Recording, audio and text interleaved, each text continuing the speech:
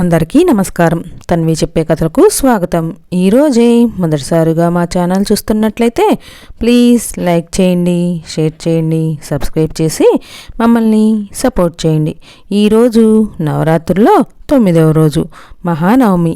ఈ రోజున అమ్మవారిని శ్రీ మహిషాసురమర్దిని దేవి రూపంలో అలంకరణ చేసి పూజిస్తారు. ఎంతో పవిత్రమైన విశేషమైన రోజు ఈరోజు. ఈ కథలు విన్నా, చదివినా, చెప్పినా, వినిపించినా సకల శుభాలు కలుగుతాయి.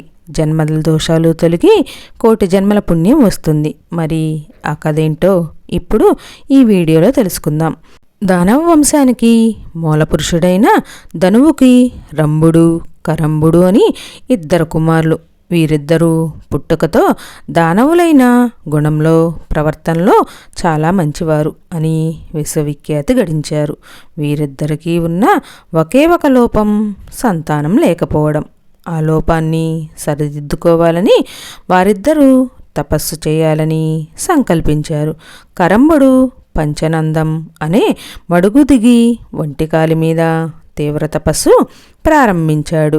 రంభుడు దానికి దగ్గరలో ఉన్న ఒక సాల వృక్షాన్ని ఎక్కి అంకుటిత నిష్ఠతో అగ్నిదేవుడు గురించి తపస్సు ప్రారంభించాడు.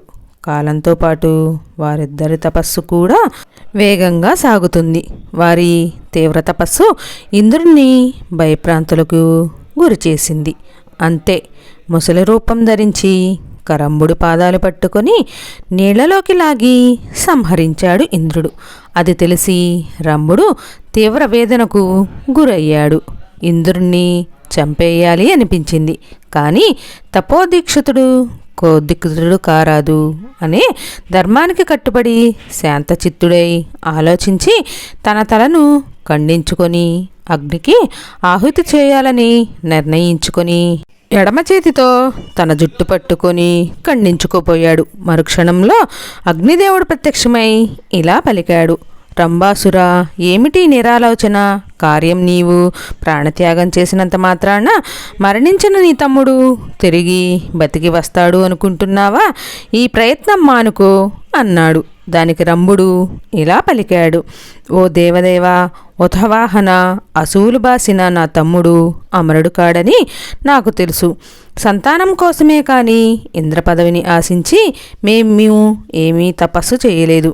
ఈ సత్యం తెలిసి కూడా మహేంద్రుడు నిష్కారణంగా నా తమ్ముణ్ణి చంపి మా దానవ జాతిని తీరని మహా అపరాధం చేశాడు. అందుకు ప్రతీకారంగా సర్వప్రాణిగణాలకు అజయుడు, కామరూపుడు, మహాపరాక్రమంతుడు, సకలలోక వదితుడు, త్రిలోక విజేత అయిన పుత్రుని నాకు వరంగా అనుగ్రహించు అని కోరుకున్నాడు. రంభాసుడు దానికి అగ్నిదేవుడు ఇలా పలికాడు: రంభాసురా, నీ మనసు ఏ కామిని మీద కామవశీభూతం అవుతుందో ఆమె గర్భాన నీవు కోరుకున్న పుత్రుడు జన్మిస్తాడు అని వరమిచ్చి అదృశ్యమయ్యాడు. రంభాసురుడు తన ఇంటికి తిరిగి వస్తూ మార్గమధ్యంలో యక్షవిహార భూమి అయిన ఒక అందమైన ప్రదేశాన్ని చూశాడు. అక్కడ ఒక మహిషి అంటే గేదె విహరిస్తుంది. దాన్ని చూడగానే రంభుడి మనసు దాని మీదకి చెలించిపోయింది. దానితో సంగమించాడు. తత్ఫలితంగా ఆ మహిషి గర్భవతి అయ్యింది. రంభుడు సంతోషించి ఆ మహిషిని తన పాతాళ నగరానికి పట్టపు మహిషిని చేసి దాని రక్షణార్థం దున్నపోతుల్ని కాపలాగా ఉంచాడు. ఒకరోజు ఒక దున్నపోతు కామంతో చెలరేగి ఈ రాజమహిషి వెంట పడింది. అది చూసి రంభుడు ఆ దున్నపోతుతో యుద్ధానికి దిగి బలంగా పిడిగుద్దులు గుద్దాడు. ఆ గుద్దులకు దున్నపోతూ బాధగా అరుస్తూ తన బలమైన కొమ్ములతో రంభుని గుండెల్లో బలంగా పొడిచింది. దానితో రంభుడు గిలగిలా తన్నుకుంటూ నేలకు విరిగిపోయి మరణించాడు. తన భర్త అయిన రంభుడు తన కళ్ళ ముందే మరణించడం చూసిన ఆ రాజమహిషి భయంతో పరుగులు తీస్తూ ఉంటే దాన్ని వెంబడించి ఆ దున్నపోతు నిండు గర్భంతో ఉన్న ఆ రాజమహిషి అలా పరుగులు తీస్తూనే యక్షవిహార భూమిని చేరి అక్కడున్న యక్షుల్ని శరణు కోరింది. యక్షులకు ఆ దున్నపోతుకు మధ్య భీకర యుద్ధం జరిగింది. చివరకు ఎలాగైతేనే యక్షులు ఆ దున్నపోతుని సంహరించారు. అనంతరం యక్షులు ఆ రాజవంశాన్ని ఓదార్చి రంభాసురుడి మృతదేహాన్ని చితిపైకి చేర్చి నిప్పు పెట్టారు. తన ప్రాణనాథుని పార్థివ దేహం అగ్నిజ్వాలలకు ఆహుతి అయిపోతూ ఉంటే చూసి తట్టుకోలేక ఆ రాజమహిషి పరుగు పరుగున వచ్చి రగులుతున్న చితిలో దూకి సంగమనం చేసింది. యక్షుడు ఆశ్చర్యంతో నిశ్చేష్టులై చూస్తూ ఉండగా ఆ చితిమంటల నుంచి మహిషాసురుడు ఆవిర్భవించాడు. వాడే రంభాసురుని కుమారుడు. మహిష రాక్షస సంగమ సంజాతుడు. మహిషాసురుడు తన తండ్రి ద్వారా సంక్రమించిన పాతాళ రాజ్యానికి పట్టాభిషిక్తుడు అయ్యాడు. మరణించిన రంభాసురుడు పుత్రవ్యామోహంతో మరొక దేహాన్ని ధరించి రక్తబీజుడు అనే పేరుతో మహిషాసురుడి అంతరంగిక అనుచరుడు అయ్యాడు. దైత్యవంశానికి ఆశాదీపంలా జన్మించిన మహిషాసురుడు తన అంతరంగిక మిత్రులతో సచివులతో సమాలోచన చేసి మరణం లేని జీవనం కోసం మేరు పర్వత శిఖరం చేరి బ్రహ్మదేవుడి గురించి ఘోర తపస్సు ప్రారంభించాడు. కాలం కదలికలో అనేక వేల సంవత్సరాలు కదిలి వెళ్ళిపోయాయి. మహిషాసురుని అంచలంచల తపస్సుకు సంతోషించిన బ్రహ్మదేవుడు ప్రత్యక్షమై మహిషాసుర ఇంకా తపస్సు చాలించి ఏం వరం కావాలో కోరుకో అన్నాడు. దానికి మహిషాసురుడు ఇలా పలికాడు: పితామహ, నేను అమరుణ్ణి కావాలి. నాకు మరణం లేని జీవితాన్ని ప్రసాదించు అని కోరాడు. అప్పుడు బ్రహ్మదేవుడు ఇలా పలికాడు: మహిషాసుర, పుట్టిన ప్రాణికి గిట్టక తప్పదు, గిట్టిన ప్రాణి మరలా పుట్టక తప్పదు. జనన మరణాలు సకల ప్రాణికోటికి సహజ ధర్మాలు. మహాసముద్రాలకు మహాపర్వతాలకు ఏదో ఒక సమయంలో వినాశనం తప్పదు. ప్రకృతి విరుద్ధమైన నీ కోరిక తీర్చటం అసంభవం కనుక నీ మరణానికి మృత్యువుని ఒక మార్గాన్ని విడిచిపెట్టి మరే వరమైనా కోరుకో అని అన్నాడు బ్రహ్మదేవుడు. అప్పుడు మహిషాసురుడు ఇలా పలికాడు: విధాత అల్పమైన కోరికలో ఈ మహిషాసురుడు ఆశపడడు. సరే, ఆడది నా దృష్టిలో అబల, ఆమె వల్లే నాకు ప్రమాదమే రాదు కనుక పురుషుడి చేతిలో నాకు మరణం రాకుండా వరాన్ని అనుగ్రహించు అని కోరాడు. మహిషాసురుడు బ్రహ్మదేవుడు ఆ వరాన్ని మహిషాసురుడికి అనుగ్రహించి అంతర్ధానం అయ్యాడు. బ్రహ్మదేవుడు వరాల వల్ల మహిషాసురుడికి వరగర్వితుడై దేవతలతో ఘోరమైన యుద్ధం చేసి వారిని ఓడించి ఇంద్ర పదవి చేపట్టాడు.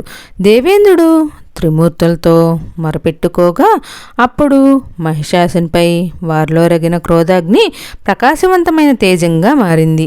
త్రిమూర్తుల తేజము కేంద్రీకృతమై ఒక స్త్రీ రూపమై జన్మించింది. శివుని తేజం ముఖంగా, విష్ణు తేజం బాహువులుగా, బ్రహ్మతేజం పాదాలుగా కలిగి మంగళమూర్తిగా అవతరించిన ఆమె 18 బాహువులను కలిగి ఉంది. ఆమెకి శివుడు స్థూలాన్ని, విష్ణువు చక్రాన్ని, ఇంద్రుడు వజ్రాయుధాన్ని, వరుణదేవుడు పాశాన్ని, బ్రహ్మదేవుడు అక్షమాలను, కమండలం, హిమవంతుడు సింహాన్ని వాహనంగా ఇచ్చారు. ఇలా సర్వదేవ ఆయుధాలు సమకూర్చుకొని మహిషాసురుని సైన్యంతో తలపడి భీకరమైన పోరు సలిపింది.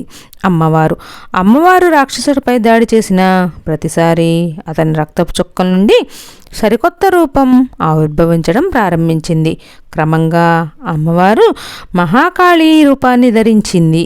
మహాకాళి రూపంలో మహిషాసురుడి రక్తం నేల చెందకుండా, దానిని తాగుతూ మరొక రూపం ఏర్పడకుండా జాగ్రత్తలు తీసుకుంది. 9 రోజుల పాటు ఈ పోరాటంలో మహిషాసుని సేవకులతో సహా అతని శరీరం నుండి ఉద్భవించిన రాక్షసులందరినీ మట్టుబెట్టింది. దుర్గాదేవి చివరగా 10వ రోజున మహిషాసుని సంహరించి లోక కళ్యాణం గావించింది. ఆదిపరాశక్తి బ్రహ్మ, విష్ణు, మహేశ్వరులు భార్యలుగా ఉన్న సరస్వతి, లక్ష్మి మరియు పార్వతులుగా అవతారాలు ధరించిందని, క్రమంగా సృష్టికారకంగా కూడా ఆదిపరాశక్తి కీలక పాత్ర పోషించిందని శివపురాణం, విష్ణు పురాణం తెలియచేస్తుంది. మహిషాసురుడిపై దుర్గాదేవి విజయాన్ని అందరూ సంతోషంలో దసరా పండగ చేసుకుంటారు. అమ్మవారు ఈ యుద్ధంలో మహిషాసుడి తరపున పోరు సలుపుతున్న ఉద్ధుడు మహానుడు, అసిలోముడు, భాస్కరుడు, బిడారుడు మొదలైన వారిని సంహరించిన తర్వాత మహిషాసురుడితో తలపడింది. ఈ యుద్ధంలో ఆ దేవి వాహనమైన సింహము కూడా శత్రువులను చీల్చి చెండాడింది. అలాగే దేవితో తలపడిన ఆ అసురుడు మహిషి రూపాన్ని, సింహరూపాన్ని మానవ రూపంతో భీకరంగా పోరి చలిపి చివరకు మహిషి రూపం దేవి చేతిలో హతుడయ్యాడు. ఈ విధంగా అప్పటి నుంచి మహిషుణ్ణి సంహరించిన దినము దసరా పర్వదినంగా ప్రజలచే కొనియాడబడింది. రౌద్ర రూపంలో ఉన్న అమ్మవారిని దర్శించుకుంటే శత్రుభయం ఉండదట. మనుషుణ్ణి అంతం చేయడం ద్వారా లోకాలకు అమ్మవారు కాపాడినట్లే భక్తుల మనసులోని సకల దుర్గుణాలను అమ్మవారు హరించి వేస్తుందని పురాణాలు చెబుతున్నాయి. ఈరోజు అమ్మవారికి బెల్లపు పొంగల్ని సమర్పించాలి. అదేవిధంగా ఈరోజు అమ్మవారిని బూడిద రంగు చీరతో అలంకరించాలి. ఈరోజు అమ్మవారిని పూజిస్తే జాతకంలోని అపమృత్యు దోషాలు తొలగిపోతాయట.